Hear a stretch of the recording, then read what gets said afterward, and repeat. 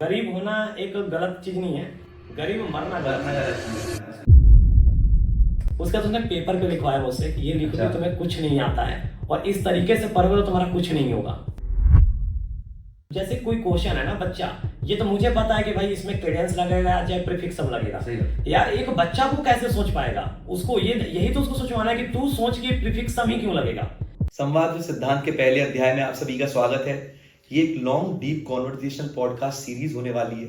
आज हम जानेंगे मोनू भैया से कि कितना महत्वपूर्ण होता है जीवन में, या ये कह लें बीटेक सीएस में डीएसए का रोल, और भैया से जानेंगे उनकी कहानी। भैया मैं पहले चाहूंगा कि आप दर्शकों को ये बताएं थोड़ा अपने बारे में। वैसे तो आपको इंट्रोडक्शन की जरूरत है नहीं, लेकिन फिर भी नई जनता के लिए कि आपकी जर्नी कहाँ से शुरू हुई और अभी आप क्या कर रहे हैं। देखो, जर्नी की जो बात करें ना तो मैं पहले जाता हूँ बिलो 10th, वहां से स्टार्ट करते हैं जी भैया। तो 7वीं 8वीं तक ये था मेरे पास कि भाई एक ऐसा बच्चा है जिसको पढ़ने से कोई मतलब ही नहीं है कि पढ़ाई लिखाई क्या चीज होता है। इसके बाद सारी चीजें करनी है उसको। स्कूल ना जाने के कई सारे बहाने जो थे, जो मुझे पता था कि स्कूल क्यों नहीं जाना चाहिए, वो मुझे पहले से पता था।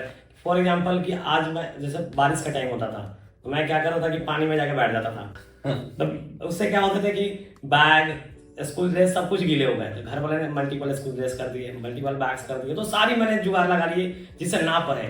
फिर 7th क्लास के बाद ये लगा यार पढ़ना जरूरी है। जब ना फैमिली कंडीशन होता है, पैसे की रिक्वायरमेंट आप मांग रहे हो, घर वाले पैसे नहीं दे पा रहे उतना, लगा पढ़ लेना चाहिए। फिर 8वीं क्लास से एक एवरेज स्टूडेंट के तौर पे मैं निकला 10th तक। फिर उसके बाद जर्नी ऐसी कुछ गई कि भाई चलो अब स्टार्ट करते हैं 11th 12th में कि मैथ्स पीसीएम की बात आ गई कि पीसीएम लेते हैं। पीसीएम से करना क्या होता है? फिर आईआईटी का क्रेज होता है ना हर बच्चा को। जब पहली बार कोचिंग में जाता था सब बोलता आईआईटी दिल्ली जाना है। सही बात है। सब बोलता आईआईटी दिल्ली, फिर 2 महीने बाद बोलता नहीं यार कोई सा भी आईआईटी चलेगा। सेम मेरे साथ सिचुएशन था, क्योंकि उसके एक टाइम ऐसा आ चुका था कि मैं ये सोच रहा था कि भाई मुझे कुछ समझ ही नहीं आ रहा है। अब इसका बड़ा रीजन क्या था? लैंग्वेज प्रॉब्लम था। हिंदी मीडियम से पढ़ के गया था, वहां सारी चीजें इंग्लिश में पढ़ा रहा है, कुछ समझ नहीं आ रहा था। फिर वहां से 11th तो ऐसे ही निकल गया। फिर 12th में जैसे तैसे बोर्ड हुआ और जेई का पेपर दिया और फेल हो गया। उसके बाद दोबारा मैंने तैयारी किया तो एक डिसेंट स्कोर भी आया, अच्छे कॉलेज में मिले। इसके बाद कभी ये सोचा नहीं था कि यार मैं ये कुछ करूंगा। अंडर कॉन्फिडेंट बच्चा अपने आप को मैं बोलूंगा। मुझे ही नहीं पता था कि यार मैं ये चीज करूंगा जहां पे अब तक 40-50 हजार बच्चा पढ़ा चुका हूँ, 50-60 हजार लोगों से मिल चुका हूँ। ये कभी इमेजिन भी नहीं किया था लाइफ में मैं कर पाऊंगा। बट जब कॉलेज आया ना तो कॉलेज में आके बहुत चीजें सीखने को मिला। उससे मेरी कहानी जाके यहाँ तक आई है कि एक मेहनत, एक डेडिकेशन क्या होता है ना, ये चीज मैं बीटेक में आके सीखा हूँ। तो जो है ना मोनू भैया आज लोग जानते हैं, बड़ी सुन के मुझे भी अच्छा लगता है, लोगों को लगता है यार भैया बड़ी बढ़िया कर रहे हैं, बढ़िया पढ़ा रहे हैं, ये इसके पीछे बहुत स्ट्रगल रहा है। सही बात है भैया। तो जब कहते हैं ना कि एक दिन में इंसान का ना व्यक्तित्व बना नहीं जाता, उसके लिए कठिन तपस्या की जरूरत होती है। तो भैया पॉडकास्ट को शुरू करेंगे एक बढ़िया से सवाल के साथ, जो कि मुख्य सवाल यही है कि भैया अब इस पूरी जर्नी के अंदर आपको दिक्कतें बहुत आई होंगी, बहुत ज्यादा। लेकिन सबसे बड़ी दिक्कत भैया क्या थी कि मतलब फैमिली बैकग्राउंड, क्योंकि इस वजह से क्योंकि आप बिहार से बिलोंग करते हैं, फिर यहाँ पे दिल्ली में आके आपने मतलब कोडिंग ब्लॉक से जुड़ना और वो सारी चीजें, उसके बावजूद फिर पढ़ाना। जब पढ़ाने की बात आती है तो शुरुआती दौर पे वो क्या चैलेंजेस आए कि यार मैं बच्चों से कनेक्ट नहीं कर पा रहा, या क्या बात थी भैया? पूरा जो मेन क्रक्स था ना स्टार्टिंग में, क्योंकि अभी तो मोनू भैया जब बोलते हैं तो सब सुनते हैं, स्टार्टिंग के मोनू भैया जो थे, जो आप जैसा आपने कहा अंडर कॉन्फिडेंट, और हर कोई होता है भैया, तो वो क्या प्रॉब्लम थी, मेन प्रॉब्लम क्या थी? पहली चीज क्या थी ना कि एक इंसान ना सबसे पहले क्या होता है कि आप चाहते हो पैसा कमाना। लाइफ में सबका गोल ये होता है कि मैंने वो गरीबी देखे हैं कि जो एक रियलिटी में होता है। मतलब आपने कई लोगों को सुना होगा इस स्तर पे वो सारी चीजें, कि मुझे आज भी याद है कि पटना जैसे सिटी में क्या होता है कि रूम लेने जाओगे तो उस समय कितना था, 2000 रेंट टैक्स था। मेरा रूम 800 रुपए का था। अब सोचो 800 रुपए क्यों था? क्योंकि ये जैसे दीवार हो गया ईंट का और आगे पीछे से प्लाई था। क्या बात कर हाँ, तब उसमें मैं रहा था कि मेरे घर से आते थे 1500-1600 रुपए। अच्छा। अब उसमें क्या है कि अगर 2000 का रूम ले लूं तो नहीं सरवाइव कर सकता, कि मेरे जैसे 2 और मेरे बड़े भाई हैं जो पढ़ने वाले थे। अच्छा। अर्निंग सोर्स एक पापा थे जो घर पे वही खेती होती, छोटा मोटा दुकान था। अच्छा। तो वो चीज ऑलवेज था यार कि गरीबी से बाहर निकलना। गरीब होना एक गलत चीज नहीं है, गरीब मरना गलत चीज है। बिल्कुल सही। हाँ, तो ये था कि यार पैसे लाइफ में बहुत कमाने। तो बीटेक जब करने आया तो मुझे लगा यार पहले मेरा एम नहीं था। मेरा अगर जर्नी थोड़ा और बैक जाओगे तो मैं 3 साल आईआईटी जेईई के लिए मेहनत किया, जिसमें से 1-2 साल 12th के टाइम में फेल हो गया। अच्छा। उसके बाद मैंने तीसरी बार में निकाल भी लिया, और मतलब आज के डेट में अगर देखा जाए तो मुझे एग्जैक्ट नंबर और रैंक याद नहीं है, बट 99 पॉइंट समथिंग परसेंटाइल होता, मतलब टॉप एनआईटी ब्रांच वाइज मिल रहा था मुझे जनरल कैटेगरी में। और मेरा NIT पटना होम स्टेट था, तो उसमें एडमिशन के लिए आपको पैसा डिपॉजिट करना था, वो भी मैंने दे दिया। उसके बाद एक लिस्ट आ रहा है जिसमें ये बोला जा रहा है कि आपका एडमिशन नहीं होगा। रीजन क्या है कि आपके बोर्ड के मार्क्स कम है। अच्छा, इस वजह से। हाँ। और तब वो AIEEE करके एग्जाम होता था, हाँ। JEE नहीं होता था। हाँ। भैया। मतलब उस समय लगा कि यार जिस चीज के लिए लाइफ में मैंने इतना कुछ सहा 3 साल, उसका 2 मिनट लगा कि ये नहीं होगा आपको रैंक लाने के बाद भी, मार्क्स लाने के बाद भी, क्योंकि बोर्ड के नंबर एग्जाम। हाँ। अब उस समय क्या था कि मैं अंदर से होता ना कि बंदा पहली बार जो रोता है ना, कि अपने जब दिमाग आता है कि रोना क्या होता है, बचपन में तो रोना अलग चीज होता है, होश आ गया उसका तो रोना अंदर से जो आता है वो पहली बार है कि लाइफ में यार सब कुछ किया, हारा हुआ फील हो रहा है। हाँ, कि अब ऐसा लगा कि मेरा दुनिया खत्म हो गई, जिस चीज के लिए मैंने इतना मेहनत किया। JEE मेंस का पेपर आज भी याद है मुझे, 3 अप्रैल को था। अच्छा। और मेरा कंटिन्यूअस 1 मंथ फीवर आ रहा था, मैं घर पे नहीं बताया कि तैयारी अच्छी है, घर वाले बुला लेंगे। किस साल की बात है ये? 2017 की बात है। अच्छा। और मैं कंटिन्यूअस पैरासीटामोल खा के एग्जाम की तैयारी करते रहा, 12-13 घंटे कंटिन्यूअस पढ़ाई किया था क्या बात है। कि मैं घर नहीं बताऊंगा, नहीं तो बुला लेंगे। और वो शायद आप वीडियो देखेंगे उनको पता चलेगा, बात उनको अभी भी नहीं पता है बात। अच्छा। हाँ। भैया बात ही आती है कि जैसे अभी आप ना कोडिंग ब्लॉक्स में जावा ट्रेनर है, तो भैया बात ही आती है कि जावा ही क्यों, फिर उसके बाद DSA ही क्यों? क्योंकि अब आपको DSA और जावा के नाम से जाना जाता है, जिसमें आप बहुत एक्सीलेंट कर भी रहे हैं, पर सवाल आता है कि आपने अपनी नीश पकड़ी कैसे? क्योंकि नीश पकड़ने के लिए आपको कई चीजें ट्राई करनी पड़ती हैं। तो ऐसा जावा DSA में क्या है कि मजा आ रहा है पढ़ाने में?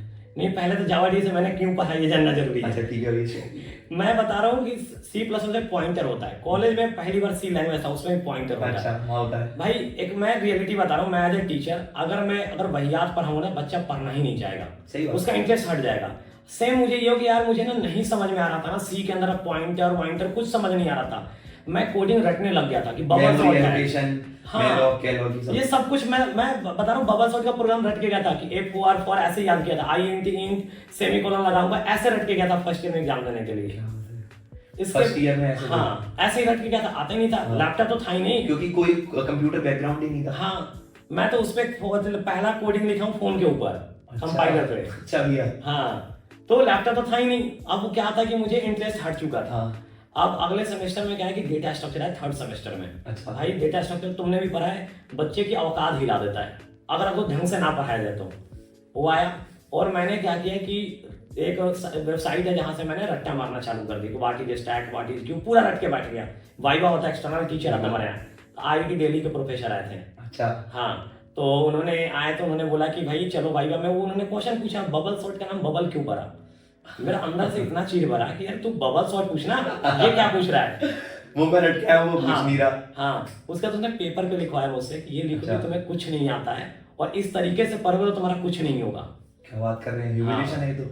हाँ, लेकिन मैं उस चीज को अच्छा मानता हूँ कि उन्होंने एक चीज जो बोला ना, उसके बाद मेरे माइंड में वो चीज खटक गया कि कुछ करके दिखाना, कुछ करके दिखाना कि मैं यार यहाँ तक पहुंचा हूँ। रियलिटी चेक मिल गया। हाँ, यार नहीं आता है। अब मैंने बाहर निकला, पहले बाकियों से पूछा कि बाकियों के साथ ऐसा हुआ था, कुछ लोगों के साथ ऐसा हुआ था। तो मैं पहले अपने सीनियर को पकड़ा कि यार ये बताओ 16 लाख 17 लाख की जॉब लगी है, तुम्हारी लगी कैसे? अच्छा। तो उन्होंने बताया भाई जो DSA तुम पढ़ रहे हो तरीका गलत है। अच्छा। कि रटना नहीं होता है, कितना रट लोगे तुम? 1000 प्रोग्राम रट लोगे, एक एक्स्ट्रा आ जाएगा, फिर वहीं फंस जाओगे, हो ही नहीं पाएगा तुमसे। रटो मत, पहले समझो कि ये बीमारी है तो इसकी दवा यही क्यों होगा। मैंने बात तो सही बोल रहा है। मतलब तूने पढ़ा कहाँ से? तो उसने मुझे बताया कोडिंग ब्लॉक्स के बारे में। अच्छा, उन्होंने बताया कोडिंग ब्लॉक्स क्या है ये? हाँ, अच्छा। तो मैं कोडिंग ब्लॉक्स ज्वाइन किया था और मैं वहां से C+ जावा इसलिए कर रहा था कि इसमें पॉइंटर नहीं था। हाँ। बस यही मेरा मेन एम था कि एक पॉइंटर से भाई जिंदगी हट जाए, मतलब बिल्कुल बकवास हो चुका था। सही बात है। फिर तो मैंने जावा DSA का बैच ज्वाइन किया और जो मैम ने मुझे पढ़ाया था ना, मुझे ये लगा था कि यार ये पढ़ा नहीं रही, बता रही है कि एग्जैक्टली इस बीमारी का यही समस्या क्यों है। लोग बोलते हैं ना कि भाई हमें समझ ही नहीं आ रहा, प्रॉब्लम हमसे हो ही नहीं रहा है, वो थिंकिंग बिल्ड करा रही थी। भैया कई बार क्या होता है, जैसे मैं जानता हूँ 3rd ईयर के भी हमारे बहुत सारे स्टूडेंट्स हैं जिन्होंने आपकी वजह से ना कोडिंग में रुझान जिनका नहीं था। फर्स्ट ईयर में हम लोग यहाँ पे फिजिक्स केमिस्ट्री वगैरह ये सब पढ़ते हैं और सेकंड ईयर में एकदम से टॉप के बच्चों को आप मिले। बहुत से लोग कहते हैं यार समझ ही नहीं आ रहा है, कौन जावा, हम तो CBSE बैकग्राउंड के, हमने कभी जावा पढ़ी ही नहीं। पर ये होता है कि मुझे मिल गया मोनू भैया कनेक्ट करके पढ़ाते हैं तो मजा आता है पढ़ने में और वहां से चीजें शुरू होती हैं। ऐसे जैसे आपकी टीचर का आपने बताया कि वो पढ़ाती थी तो ऐसा लगता नहीं था कि ये रटवा रही है या समझ में आ रहा है। तो कई बार आप जब पढ़ाते हैं ना, वो आपके अंदर भी दिखती है, वो क्वालिटी वो इनकलकेट होके आई है, तो उसका सोर्स पता चला। हाँ, ये चीज है ना। मैं देखो, मेरा ये एम होता ना कि यार जैसे कोई क्वेश्चन है ना बच्चा, ये तो मुझे पता है कि भाई इसमें कैडेंस लगेगा चाहे प्रीफिक्स सब लगेगा, सही बात। यार एक बच्चा को कैसे सोच पाएगा, उसको ये यही तो उसको सोचवाना है कि तू सोच कि प्रीफिक्स सम ही क्यों लगेगा, चाहे प्रीफिक्स मैक्स क्यों बनेगा, चाहे कैडेंस क्यों लगेगा। जब तक ये बच्चा नहीं सोच पाएगा ना, जिंदगी में उसको कोई कोडिंग नहीं सिखा सकता है। और सब लोग क्या बोलते हैं कि भाई बस ये क्वेश्चन है ये सॉल्यूशन होगा। अरे तुझे पता ही होगा, मुझे थोड़ी पता है, मुझे तो पता है मैं कैसे करूं इस चीज को, ये ज्यादा जरूरी है। यह एक सवाल आता है कि जब आप सेकंड ईयर में आते हैं या फिर इवन थर्ड ईयर में आते हैं, तो ये डाउट सबके दिमाग में रहता है, इवन किसी भी कॉलेज के, डीएसए करें या डेवलपमेंट करें। तो उसके लिए आप क्या कहना चाहेंगे कि डीएसए जरूरी है या मार्केट में प्रोजेक्ट्स वगैरह बनाने के लिए डेवलपमेंट जरूरी है? प्लस सवाल ये भी है कि बहुत से लोग कहते हैं यार मेरी लॉजिक बिल्डिंग स्ट्रांग नहीं है, मैं मैथ नहीं कर पाता, डीएसए मेरा खेल नहीं है। तो भैया क्या उनको डीएसए छोड़ देनी चाहिए और डेवलपमेंट ही में ही चले जाना चाहिए, या फिर साथ साथ करें, या दोनों ही इक्वली जरूरी है? यहाँ पे थोड़ा सा और बैक ले जाऊंगा मैं। अच्छा। अगर बीटेक करने आ रहे हो ना, आज जेई मेंस का तुमने पेपर दे दिया, तुम्हारा पेपर अच्छा गया है बुरा गया, तुमने माइंड बना लिया कि इस बार कॉलेज लेना ही लेना है, कोई भी एक्सवाइजेड कॉलेज जो भी मिल जाएगा मैं तो लूंगा कॉलेज। उसके बाद इज द राइट टाइम यहाँ से तुम स्टार्ट कर दो अपनी प्लेसमेंट की जर्नी की प्रिपरेशन। अच्छा। कंपनियां भी फर्स्ट ईयर एंड होते इंटर्न निकाल दे रही हैं। अगर हम सेकेंड ईयर से या थर्ड ईयर से स्टार्ट करा रहे हैं ना, तो बच्चा ऑलरेडी पीछा चल रहा है। जैसे अभी सेकेंड ईयर में लिंक्डइन कोचिंग आया था, चाहे फ्लिपकार्ट का लड़कियों के लिए आया था, चाहे अभी जेपीएमसी का, जो बच्चा अभी डीएसए स्टार्ट कर रहा है वो कैसे क्रैक कर पाएगा? बिल्कुल भैया। और अब तो 11th-12th क्लास के बच्चे वेबसाइट हमसे अच्छे बना लेते हैं। हाँ, तो यहाँ पे क्या है कि एक प्लेसमेंट पॉइंट ऑफ व्यू से बोलो तो आपने जो बोला हर चीज की रिक्वायरमेंट है। देखो डीएसए और मैथ्स को दो अलग पार्ट बना देता हूँ। अगर डेटा स्ट्रक्चर की बात करें तो डेटा स्ट्रक्चर के क्वेश्चन सॉल्व करना आसान है, कि उसमें पैटर्न बनता है। आप और मैं कहाँ फंस जाते हैं, जहां पे मैथमेटिक्स इन्वॉल्व हो जाता है। वो मैथमेटिकल जो थॉट है ना, वो हमारे पास नहीं आ पाता है कि एक फार्मूला को यूज करके चीजों को कैसे ड्राइव किया जाए, ये मेजर इशू आ जाता है। तो डेटा स्ट्रक्चर मतलब पैटर्न है, क्या भाई ये प्रीफिक्स है, ये सफिक्स है, ये स्टैक यूज होगा, मोनोटोनिक स्टैक्स है, ये लिंक लिस्ट का क्वेश्चन है, ट्री का क्वेश्चन है, ग्राफ के एल्गोरिथम बेस है, कर ले जाएगा बच्चा। मैथ फंसाता है, तो आपको पहले डेटा स्ट्रक्चर करना जरूरी है। मैथ के लिए क्या करो, कोड फोर्सेस के जो 1200-1400 रेटिंग के मैथ के सिंपल क्वेश्चन है, 800 रेटिंग का, उनको पहले ट्राई करो। ये आपको करना ही पड़ेगा, क्योंकि देखो आप जैसे ऑप्टिमाइज कोड की बात करोगे बैक एंड में जाकर डेवलपमेंट में ना, तो वहाँ कोई कुछ भी काम नहीं देगा, आपको लॉजिक ही वाला ही पार्ट काम देगा। कोई बच्चा अगर ये वीडियो देख रहा होगा, उसने अमेजोन या फ्लिपकार्ट में अगर इंटर्न किया होगा ना, ये कनेक्ट कर पाएगा कि वहाँ पे अगर डीएसए नहीं आता होगा ना, उसकी इंटर्नशिप में बहुत ज्यादा दिक्कत आता है। भैया वही की है ना, डीएसए जैसे अब 60 लाख वाला, 55 लाख वाला और एक 5 लाख वाले में अंतर ही यहाँ आ जाता है कि उसकी ना लॉजिक बिल्डिंग और प्रॉब्लम सॉल्विंग एबिलिटी है, और वो कैसे आई, सिर्फ प्रैक्टिस कर करके रिगरस प्रैक्टिस करेगा तभी आएगी। तो भैया एक अगला सवाल ये आता है कि जैसे हम लोग डीएसए की बात करते हैं, आपने भी इतना राइटली मेंशन किया, पर डीएसए की दिक्कत ये है कि शुरुआत कहाँ है इसकी, अंत कहाँ है। डीएसए के लिए बोला जाता है कि प्लेसमेंट के बाद भी, प्लेसमेंट के साथ भी, जहाँ आपने बताया था कि भैया फिर बात ये है कि डीएसए या फर्स्ट ईयर का बच्चा देख रहा है, उसे डीएसए करना है, जावा में ही करना है, बेस्ट ये रोड मैप क्या होगा कि array, string, link list, stack, cube, अरे कहाँ अंत होगा आपके पास? देखो इसमें सबसे पहली चीज है कि आपको एक लैंग्वेज चूज करना पड़ेगा। बच्चा मैं बता रहा हूँ, आधे बच्चे 6 से 8 महीने इसमें दबा देते हैं कि कौन से लैंग्वेज में डीएसए सीखे। पूरा यूट्यूब खंगा डालेंगे, पाइथन में करूँ, सी प्लस में करूँ, जावास्क्रिप्ट में करूँ, जावा में करूँ। ये तो पहला नॉनसेंस क्वेश्चन है। आपको डीएसए अच्छा करना है, लैंग्वेज आपके पास दो ही होना चाहिए डीएसए के लिए, सी प्लस प्लस या जावा। बच्चा बोलता है भाई हम तो पाइथन पर के हैं सीबीएसई बोर्ड में। भाई पाइथन पर के अच्छी बात है, लेकिन पाइथन से क्यों नहीं करना डीएसए, इसका मेन रीजन क्या है? मैं अभी बोलूँ कि यार सिद्धांत मुझे कॉफी पिला दो, तो बोलोगे चलो रूम पे बनाता हूँ, इंडक्शन है, बर्तन है, सब कुछ है। तुमने क्या किया, तो कॉफी जो मशीन होता है उसमें दूध, कॉफी, चीनी सब डाले, प्लग लगाए, 2 मिनट स्विंग से आवाज करेगा, बन जाएगा। अब तुमने पिला दिया, अगले दिन मैंने यार फिर से पिला दो, बोले भैया मशीन खराब हो गई कॉफी वाली। मैं बोलूँगा इंडक्शन तो है तुम्हारे पास, बर्तन तो है, बना दो। तुम बोलोगे बना नहीं पाऊंगा, मुझे पता नहीं प्रोसीजर कॉफी बनता कैसे है। सेम कहानी पाइथन के साथ है। मैं बोलूंगा यार 10 नंबर का मैक्सिमम निकाल दो, बोलेगा लाइब्रेरी है, लाइब्रेरी निकल जाएगा। बोलूंगा ये ना लाइब्रेरी हटा दे, तू खुद करके दिखा। खुद कैसे करूं, मेरे को तो लाइब्रेरी सिखा है। हाँ, लूप चलाने तो आता ही नहीं है। सही बात कि मैं लूप कैसे चलाऊं 10 नंबर पे, ये दिक्कत है पाइथन के साथ। आप जावा या सी प्लस प्लस से डीएसए स्टार्ट करो, इसमें ज्यादा मत सोचो। आपके कॉलेज में देखो कि कॉलेज में अपकमिंग सेमेस्टर के अंदर किस पे ज्यादा फोकस देते हैं। इससे क्या होता है, प्लस पॉइंट कि सेमेस्टर का एक पेपर आपका रेडी हो जाता है। हाँ, बाकी आपका कोई भी एक लैंग्वेज स्टार्ट कर सकते हो, सी प्लस प्लस करो या जावा करो। इसके बाद आप आते हैं कि सबसे पहले बेसिक्स खत्म करो किसी भी लैंग्वेज के, तो उसके अंदर एरेज, स्ट्रिंग्स, लूप्स, ये जितने भी ऑपरेटर्स वगैरह, इसके बेसिक्स खत्म करो। फिर एरेज पे जाओ। एरेज पे सिर्फ हमें सर्चिंग सॉर्टिंग नहीं पढ़ना होता है, एरेज के अंदर बहुत सारे स्टैंडर्ड एल्गोरिदम होता है, प्रॉपर एक लिस्ट होता है जिसमें प्रीफिक्स, सफिक्स, कैडेंस, मोरे, वोटिंग, ये सारे आपके तमाम, अगर बोलेंगे तब लंबा चला जाएगा बिल्कुल।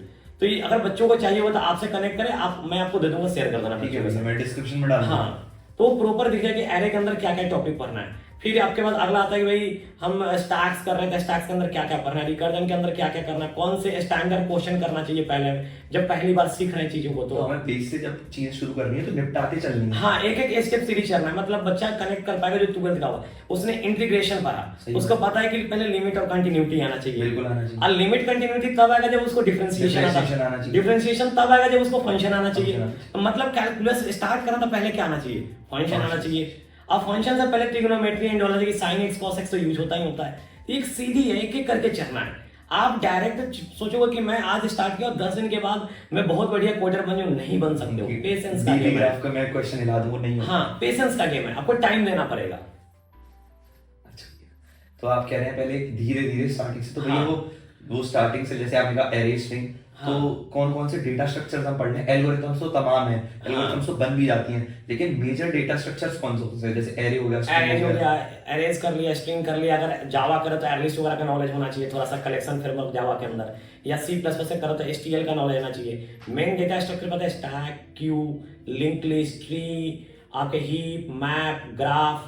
ये डायनेमिक प्रोग्रामिंग डेटा स्ट्रक्चर नहीं होता है, बट इसको आना चाहिए आपको। प्रॉब्लम सॉल्विंग टेक्निक और रिकर्जन, रिकर्जन आता है तो सब कुछ आ जाएगा। सबका बाप रिकर्जन है, तो बोला जाना बाप से बकवास मत करो। सही बात। भैया ये है कि वो ना रिकर्जन हमारे साथ में, डीएस हमारे हाथ में। हाँ, आपने कुछ ऐसा बोला था क्या? हाँ, ये लाइन है, मैं क्लास में बताऊँ कि पहली बात कि तुम्हारा पहला प्यार कौन होना चाहिए, रिकर्जन।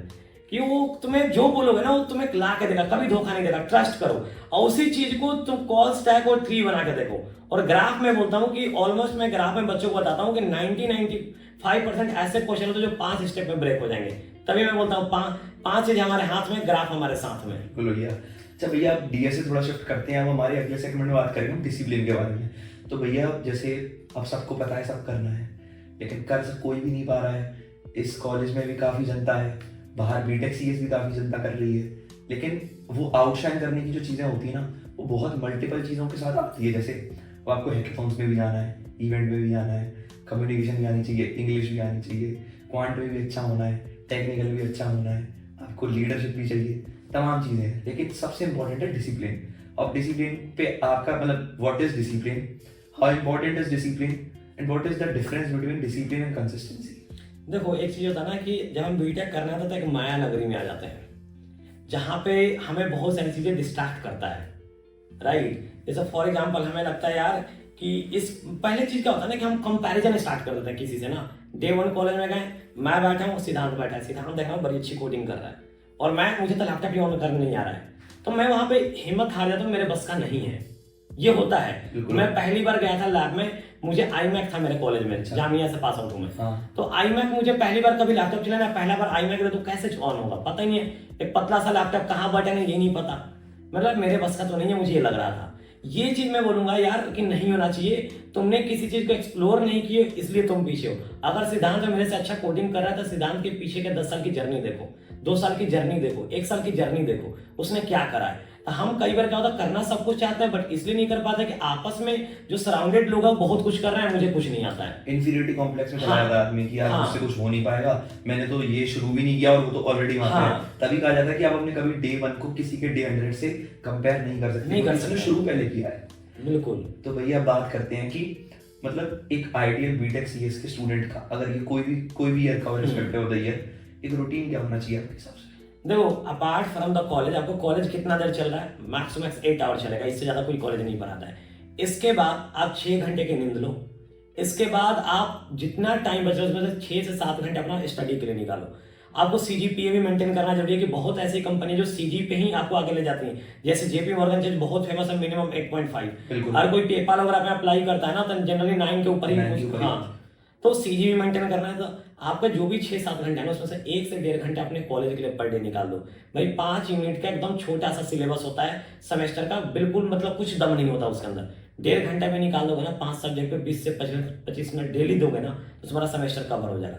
बाकी टाइम में पहला गोल लेना चाहिए कि हम पहले प्रॉब्लम सॉल्विंग स्किल्स को अच्छा करें। अगर डीएसए आ गया तो हम टाइम ऐसे डिवाइड कर दें कि 6 घंटे हम पढ़ाई कर रहे हैं तो 3 घंटा डीएसए, 3 घंटा डेवलपमेंट। उस टाइम चलते चलते जब दोनों पे पकड़ बन जाए, पहले सिर्फ डीएसएफ करना है, फिर उसके बाद टाइम को डिवाइड करना है। जब और पकड़ बन जाए तो आप उस कोर सब्जेक्ट सिस्टम डिजाइन इनके ऊपर आ जाओ। तो पहला प्राइमरी होगा कि डीएसए कंप्लीट करो, लीड कोड कोड फिर उसमें कॉन्टेस्ट दो। दूसरा चीज होगा जब तुमने डीएसए सीख लिए, कॉन्टेस्ट पे रेटिंग भी होने लग गया, तुम डेवलपमेंट पे स्विच करो। डेवलपमेंट भी चल रहा है, इसके बाद तुम आ जाओ आज के डेट में जनरेटिव एआई, एजेंटिक एआई जैसे चीजों को अपने प्रोजेक्ट में ऐड करो। सीएस फंडामेंटल सब्जेक्ट बहुत जरूरी है में। आपका ब्रांच क्यों ना सीएस हो या ना हो, मैकेनिकल के क्यों ना हो, आप आना चाहते हो आईटी में तो ऊप्स आना चाहिए, ओएस, हाँ डीबीएमएस, एसक्यूएल इनकी नॉलेज होना चाहिए। तो इस तरीके से आपको डिवाइड करना पड़ेगा धीरे धीरे जाके। जी भैया, अब बात ये आती है भैया कि हम लोग कहते हैं डीएसए कर लो, डेवलपमेंट कर लो, ये सब कॉलेज लेवल पे सुनने में बड़ा अच्छा लगता है, बहुत केमिकल से लगता है कि अरे डीएसए हुई हो गई।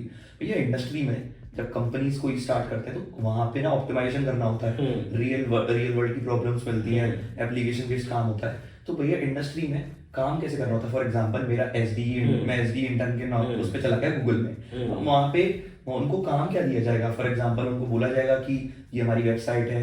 अगर हम गूगल का एग्जांपल ले लिया तो आपके तो इतने जूनियर्स हैं, सॉरी जूनियर्स कह रहा हूँ, आपके तो इतने स्टूडेंट्स रहे हैं जो गूगल माइक्रोसॉफ्ट फोड़ते हैं, तो ये वो कभी आपसे वहाँ का वर्क लाइफ शेयर करते हैं कि वहाँ पे हमसे काम क्या कराया जाता है? देखो कई बार क्या होता है, जैसे आप किसी कंपनी में इंटर्न अगर 6 मंथ लगा, फॉर एग्जांपल अमेजोन में, तो आप इंटर्न नहीं हो पहली बात, आप ना एक फुल टाइम एम्प्लॉय हो SD1। आप अगर इन कंपनी में जा रहे हो ना, ये समझ के चलो कि आप एज अ फुल टाइम जा रहे हो, एज अ SD लग रहे हो, क्योंकि 2 महीने तो कम टाइम होता है, लेकिन जब 6 महीने तो लॉन्ग ड्यूरेशन होता है। तो उसमें क्या होता है, कई तरीके के मल्टीपल वर्टिकल होते हैं। कई एक बच्ची गई थी माइक्रोसॉफ्ट में, तो उसको क्या काम दिया गया था कि आपने गूगल डेस्कटॉप में जैसे एक्सेल यूज किया, तो ऊपर हेडर फुटर होता है, तो उसके चीजों को मॉडिफाई करना था, चेंज करना था। वो पुराने कोड लिखे गए थे सी के अंदर, और आज से 10-15 साल पहले लिखे, उसका कोई डॉक्यूमेंटेशन नहीं है। अब उसको चेंज करना है, तो वहां पे स्ट्रगल बच्चा क्या होता है कि एक टियर 3 टियर 4 का बच्चा जाता है, तो पहले उसको डॉक्यूमेंटेशन नहीं है। अगर डॉक्यूमेंटेशन है तो पहले पूरा पढ़ना पड़ेगा, समझना पड़ेगा। उसका तो एक भी बग आ जाता है ना, तो बंदा को पूरे दिन लगा देता, सॉल्व नहीं हो पाता है। तो फिर वहां पे मैं बोलता हूँ कि भाई देखो, अगर आपके पास दिक्कत आता है जाओगे तो आपके पास क्या होता है, एक मैनेजर होता है, मेंटोर होता है, बडी होता है। तो बडी का काम इसलिए होता है कि आपको हर तरीके से हेल्प करे। तो आपके पास डिपेंड करता है कि प्रोजेक्ट क्या मिला, ऑनगोइंग प्रोजेक्ट मिल रहा है या बिल्कुल फ्रेश प्रोजेक्ट में डाल रहे हैं, डिपेंड करता है। लेकिन हम वहां जाओगे तो आपको क्या होता है, डेवलपमेंट करने का एक नया तरीका सीखते हो। यहाँ पे क्या है कि प्रोजेक्ट बना रहे हैं, कोई देख नहीं रहा है, इसके बिना कोई डॉक्यूमेंटेशन है, किसी चीज से डेवलप कर दिया, कोई इंक्रिप्शन नहीं है, सिक्योरिटी कुछ नहीं है। जानता हूँ भैया। अब भैया थोड़ा डिसिप्लिन की बात हुई, कंसिस्टेंसी की, अब एक रैपिड फायर भैया थोड़ा फन राउंड लेते हैं।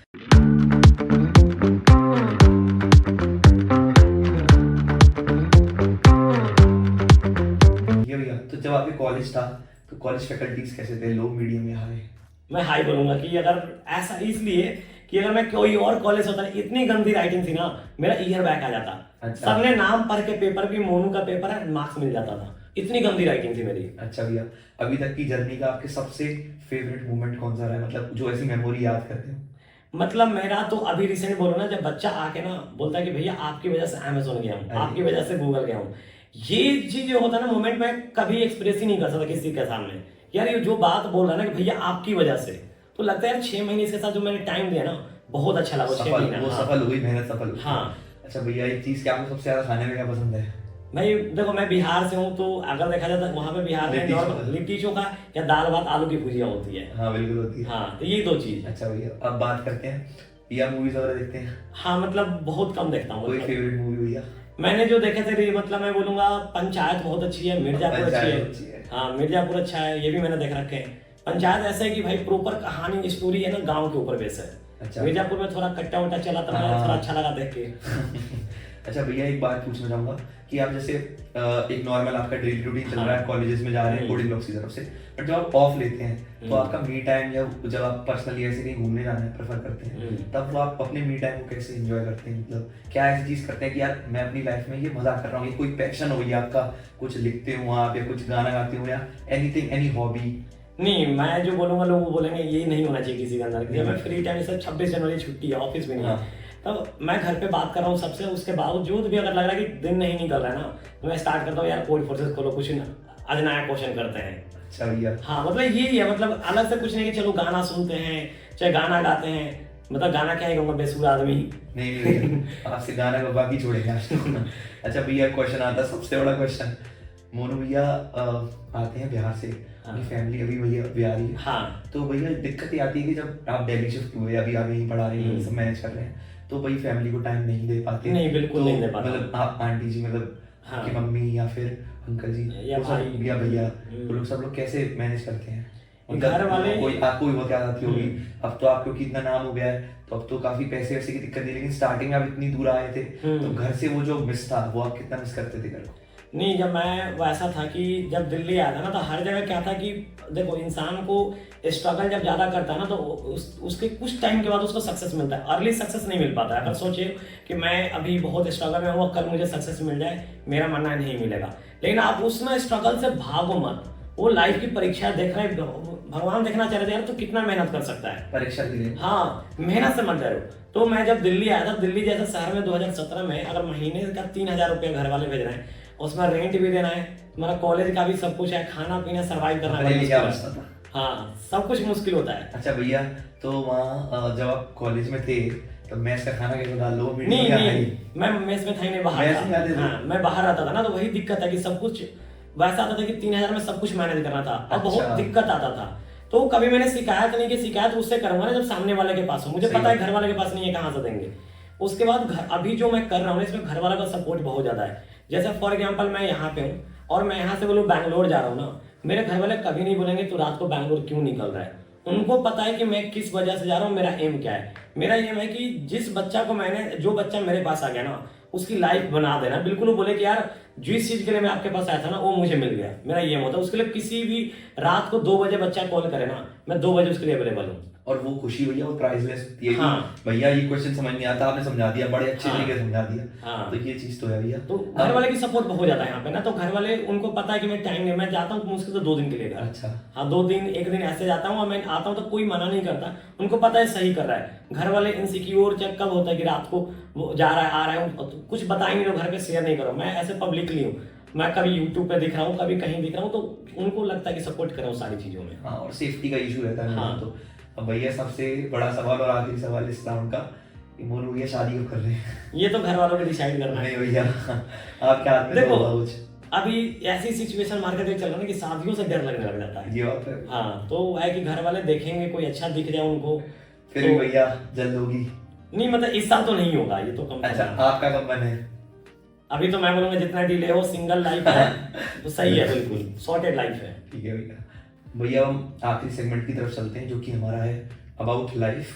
तो भैया क्या होता है जब 3rd ईयर का एंड हो रहा होता है, या तमाम कारण होते हैं, किसी की लव लाइफ की वजह से, या कभी लैक ऑफ कंसिस्टेंसी की वजह से आदमी डिप्रेशन में जाने लग जाता है। बिल्कुल। वो लाइफ को बहुत ज्यादा निरस्ता के साथ जीने लगता है, कुछ नहीं है लाइफ में हीरो। तो भैया उस मोमेंट पे एक बच्चा जो ये वीडियो देख रहा है, जो 3rd ईयर का या मान लीजिए 4th ईयर का है, प्लेसमेंट नहीं लग रही, एकदम निराशा से भरपूर है कि अब कुछ नहीं होगा लाइफ में, तो भैया आप उसके लिए क्या करना चाहेंगे? मैं उसको ये बोलूंगा, यार तूने आईटी जेई का तैयारी की, तेरे से आईटी नहीं निकला, तू बेकार थोड़ी हो गया। प्लेसमेंट थोड़ी जज करता है कि तुम सक्सेसफुल हो या नहीं हो। पैकेज थोड़ी जज करता तुम सक्सेसफुल हो या नहीं हो। तुम बस ये देखो, जिंदगी में एक चीज का रिग्रेट नहीं होना चाहिए कि तुमने मेहनत नहीं की है। तुम्हें अगर मान लो छोड़ के चली गई लड़की, भाई अच्छी बात है, चली गई, रहती तो तुम अभी जाओ उससे और नीचे जाता, कि जब तक थी तब तक तुमने कुछ किए नहीं, साथ में रहते और कुछ नहीं। अब तो तुम समझो कि एक तुम्हारे पास ऐसा था जो तुम्हारा टाइम वेस्ट कराती, तो निकल के चली गई। चाहे तुम्हें किसी भी वजह से डिप्रेशन है, और नहीं, डिप्रेशन कोई शब्द नहीं होना चाहिए। तुम्हें मेहनत करना, मेहनत से मत डरो। तुम ये मत करो कि तुम रिजल्ट के लिए मेहनत मत करो कि भाई मेहनत करो तो रिजल्ट चाहिए मुझे। तुम मेहनत करोगे तो रिजल्ट अपने आप आएगा, तुम्हें उस लेवल तक जाना पड़ेगा। तो मेरा यही सिंपल भाषा में है कि भाई तुम अपनी साइड से पूरा लगा दो दम कि यार मैं अपना पूरा बेस्ट दिया हूं। अगर लाइफ में कुछ नहीं भी होता तो इस बात का रिग्रेट नहीं होना चाहिए कि मैंने मेहनत नहीं की। जैसे फॉर एग्जांपल मैं बोलूं, मेरा आईआईटी जेईई, मैं एनआईटी नहीं गया, तो मुझे इस बात का रिग्रेट नहीं है। मैंने पूरा मेहनत लगा दिया, मैंने मार्क्स तक भी ला दिए, मेरे किस्मत में नहीं था। मैं अगर आईआईटी चला गया होता, एनआईटी चला गया होता, तो क्या होता, कहीं अमेजोन फ्लिपकार्ट में बैठ के जॉब करता, आज मैं मोनू भैया नहीं होता। बात ठीक है कि वो एक जो ब्रांड है ना, वो वो नहीं बन पाता। आज मैं बोल रहा हूँ कि भाई वो जो मेरे साथ हुआ, उस समय मुझे भी रोना है, मैंने बहुत रोया, मुझे लगा मेरी लाइफ खत्म हो गई।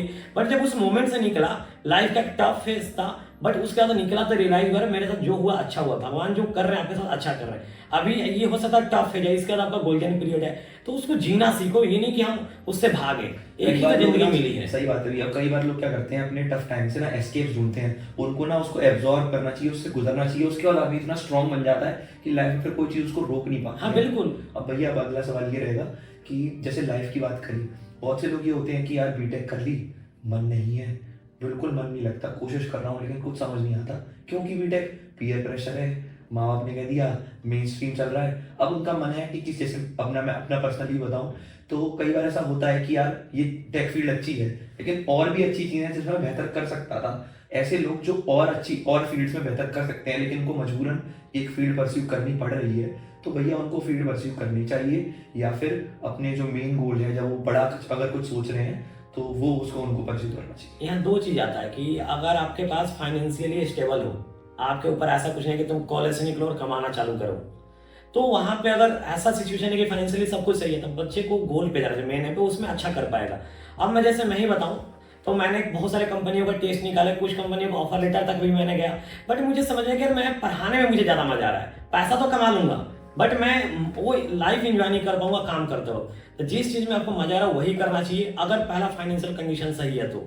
दूसरा ये भी आता है, प्रेशर में तो आ गए, घर वाले उम्मीद भी लगा रहा कि बच्चा मेरा बीटेक 4th ईयर कंप्लीट होगा और कमाना चालू करेगा, सही बात। आज जॉब आपके पास नहीं है, तो यार उस मोमेंट पे मैं बोलूंगा कुछ भी करके ना, एक डिसेंट छोटे मोटे भी पैकेज वो ले लो, साइड बाय साइड अपने गोल के तरफ चले जाओ, जैसे प्लेसमेंट लग जाता है कि जो मेरा मेन गोल है उधर ही जाना है।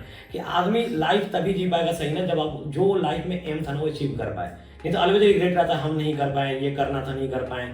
रिग्रेट ही नहीं करना है, तुम्हें मेहनत करना, होना ना होना तुम्हारे हाथ में नहीं है। 3 चीजें से तुम्हें सक्सेस मिलता है, लक, लेबर, चांस। तुम मेहनती बनो, चांस तुम्हारे पास होगा, किस्मत जब साथ देगा तो हो जाएगा, और किस्मत उसी को साथ देता जो मेहनत करता, सबको साथ नहीं देता। सही बात है ना। कई बार मेरी मम्मी एक किस्सा शेयर करती हैं कि जो कहते हैं कभी भी सक्सेसफुल होने के लिए 2 चाबियां लगती हैं। जैसे लॉकर होता है ना, लॉकर रूम, अब कभी आप बैंक में पैसा जमा करने जाए तो मेहनत वाली चाबी होती है, एक किस्मत वाली होती है। एक चाबी बैंक मैनेजर पे रहती है, एक रहती है कस्टमर पे। कस्टमर अगर अपनी चाबी लगाता रहेगा तो लॉकर नहीं खुलेगा, और बैंक मैनेजर लगाएगा तो भी नहीं खुलेगा। जब दोनों एक साथ लगाएंगे तभी वो सक्सेस का गेट खुल पाएगा।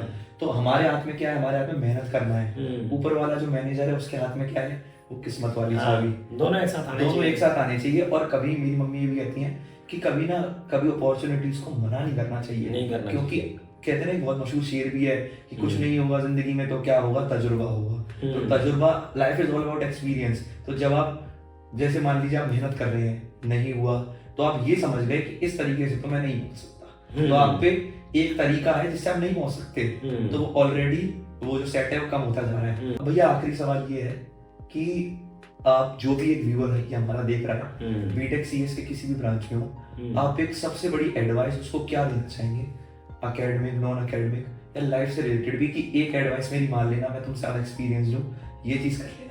कभी किसी से अपने आप को कंपैरिजन मत करना यार वो मेरे से बेहतर है। बेहतर इसलिए कि वो तुमसे पहले से स्टार्ट किया है, जब तुम अभी स्टार्ट करके उससे ज्यादा मेहनत करोगे ना, उससे बेहतर बन जाओगे। कभी कंपैरिजन मत करो किसी से कि मैं इस चीज में बेहतर नहीं हूँ, इससे कोई बेहतर नहीं होता, सारा मेहनत और टाइम का खेल है। तुम कोडिंग अच्छा नहीं कर पा रहे हो ना, आज से 8 घंटा दो, 6 महीना देके देखो, उससे बेहतर नहीं बन गया तो फिर बोलना। किसी भी फील्ड की बात करो, नॉट कोडिंग, हर एक फील्ड में लाइफ में बेहतर तब बन पाओगे जब टाइम दोगे किसी चीज को। आज बोलते हैं विराट कोहली है, रोहित शर्मा, उसके पीछे का स्ट्रगल तो कोई नहीं दिख रहा है। बंदा सुबह 4 बजे उठ के ग्राउंड में बिना खाए पिए जाके खेल रहा है, उसके पीछे का मेहनत तो देखो। टाइम देना पड़ेगा, कंपैरिजन मत करो किसी से खुद कि मैं इससे बेहतर नहीं हूँ। उससे क्या होता है, डिमोटिवेशन होता है। यार तुम्हें लगता है कि यार सिद्धांत मेरे से अच्छा है, तो मैं ये समझ गया सिद्धांत को मैं बीट ही नहीं कर सकता। ऐसे कैसे नहीं कर सकता है? सिद्धांत 2 साल पहले से चीजें स्टार्ट किया, मैं अभी से स्टार्ट करूंगा, सिद्धांत से ज्यादा मेहनत करूंगा, बीट कर बस हमारी इंटेंसिटी बढ़ा लेनी है। हाँ। अगर मैं रोज 2-2 घंटे काम कर रहा था, हाँ। और अब आपको 8 घंटे काम करना है, आप पहुंच जाएंगे मेरे तक। हाँ बिल्कुल, मतलब एग्जांपल के तौर पर कह रहा हूं मैं। तो ये थे मुरु भैया, इनसे हमने आज जाना about DS, about discipline in life. भैया संवाद सिद्धांत के बारे में आप क्या कहना चाहेंगे? नहीं, तुमने एक चीज बहुत स्टार्ट की कि तुम लोगों से कनेक्ट कर रहे हो। तुम्हारा सबसे अच्छा चीज है कि तुम अपने पैशन को फॉलो कर रहे हो। ये बहुत जरूरी है कि लाइफ को एंजॉय कर रहे हो, कि जो मुझे अच्छा लग रहा है ना वो मैं करना चाह रहा हूँ, विद अपनी जो मेरा मेन फोकस है उसको रखते हुए, कि हम एंजॉय करें लेकिन हमारा जो मेन फोकस है उसे ना भूले। ये चीज अच्छी है। और ये जो लोग देखेंगे ना कनेक्ट कर, बहुत सारे बच्चे ऐसे होते हैं ना जो उनको पता ही नहीं लाइफ में करना क्या है, तो उनके लिए बेनिफिट होगा कि अगर ये चीजें सुनेंगे कि यार ये चीजें होती हैं। क्या कि अब मैं बता रहा हूँ, तुम्हारे कॉलेज में जहां से भी तुम पढ़ते हो 90% बच्चा सिर्फ कंपैरिजन में लगा होगा, यार ये मेरे से अच्छा है, ये मेरे से अच्छा है, इसका ये हो गया, मेरा ये नहीं हुआ, इसको तो कुछ नहीं आता था, इसकी नौकरी लग गई। अरे कुछ नहीं तो नौकरी लग कैसे जाएगी? हाँ, उसके पीछे का तुम तो नहीं पता घर जाके क्या कर रहा है। सिद्धांत तो अभी मेरे साथ पूरे दिन भर घुमा है, अब सिद्धांत घर जाके कितना देर पढ़ रहा है उसके रूम में, तो मैं नहीं जा रहा हूँ देखने। ये सारी चीजें होती हैं, तो इसीलिए मैं बोलता हूँ कि भाई अपने आप पे एकदम कॉन्फिडेंट रहो कि मैं, मतलब एक चीज मैं बोलूंगा यहाँ पे ना कि ऑलवेज जो चीज भी तुम चाहते हो ना, ये मेरे से नहीं होता फिर किससे होगा, ये सोच के करो। मैं ही तो इसके लिए बना हूँ, और कौन बना है? सब कुछ सही होगा। और आपको क्या करना है कि अपने लाइफ को एंजॉय करना है, प्रेशर में सारी चीजें नहीं करनी है एकदम बिल्कुल। कि हम जो कर रहे हैं ना, काम पढ़ ही रहे हैं ना, कोडिंग ही कर रहे हैं, इसको एनवायरमेंट की तरह है, इधर कभी मोटिवेशन ही नहीं है ना किसी चीज को करने को। तुम आज जब काम स्टार्ट कर रहे हो तो कहीं ना कहीं तुम अगर इसको एज ए प्रेशर हो गया यार मुझे करना है ना, तुम इतना ओपनली खुल के बोल नहीं पाओगे, ये सारी चीज कर नहीं पाओगे। तुमने इस चीज को अपना एंजॉयमेंट बना ली, यार मुझे इसमें मजा आ रहा है इसलिए मैं कर रहा हूँ, ये चीजें हैं। तो शुक्रिया, मिलते हैं बहुत जल्द अगले अध्याय में। Bye bye guys.